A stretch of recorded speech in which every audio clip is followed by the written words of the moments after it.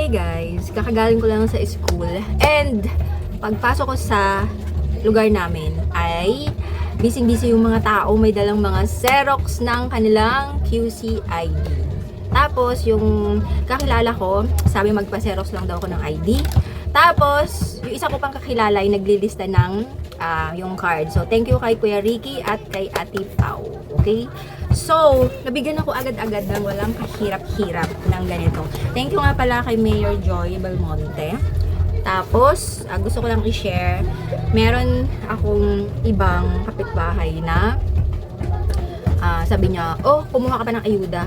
Actually, yung ibang nagsasabi sa akin yan, alam ko na biro lang talaga yun. Pero yung iba, halata mo na merong inggit sa katawan. Mararamdaman mo naman yun, di ba? Tapos biglang sasagutin ka anong nakakaingit sa'yo. Pero paulit-ulit every time na may ayuda galing gobyerno at nakakatanggap ako, parang masama yung loob nila na nakakatanggap ako ng ayuda. Hello!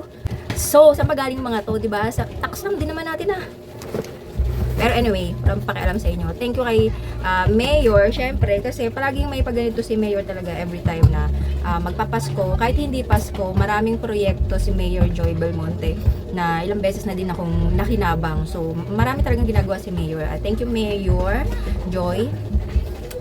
And gusto ko lang i-share pala kasi hindi ako nagluluto. So, yung yung pasta, binigay ko sa kapatid ko. Tapos hinanapan niya ako ng sauce, yung dilata. So, wala.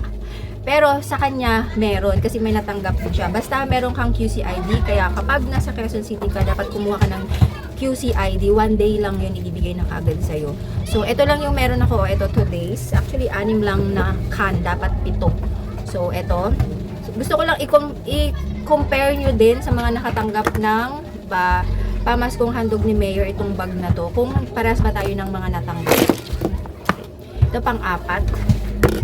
Ito pang 5. Tapos 6 lang yung laman ng dilata ko. Sabi ng kapatid ko dapat daw 7. Kasi yung isa, mas malaki lang dito ng konti. Yun yung sauce ng pasta. Iniwan ko kasi sa kanya yung pasta kasi hindi naman ako nagluluto. So ito lang yung kailangan ko dito. So wala.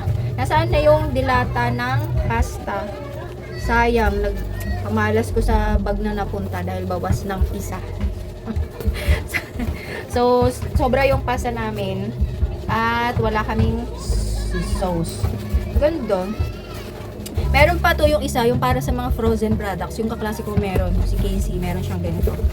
Ayun. So, yun lang naman ang share ko ngayon for today. Thank you, Mayor Joy Belmonte.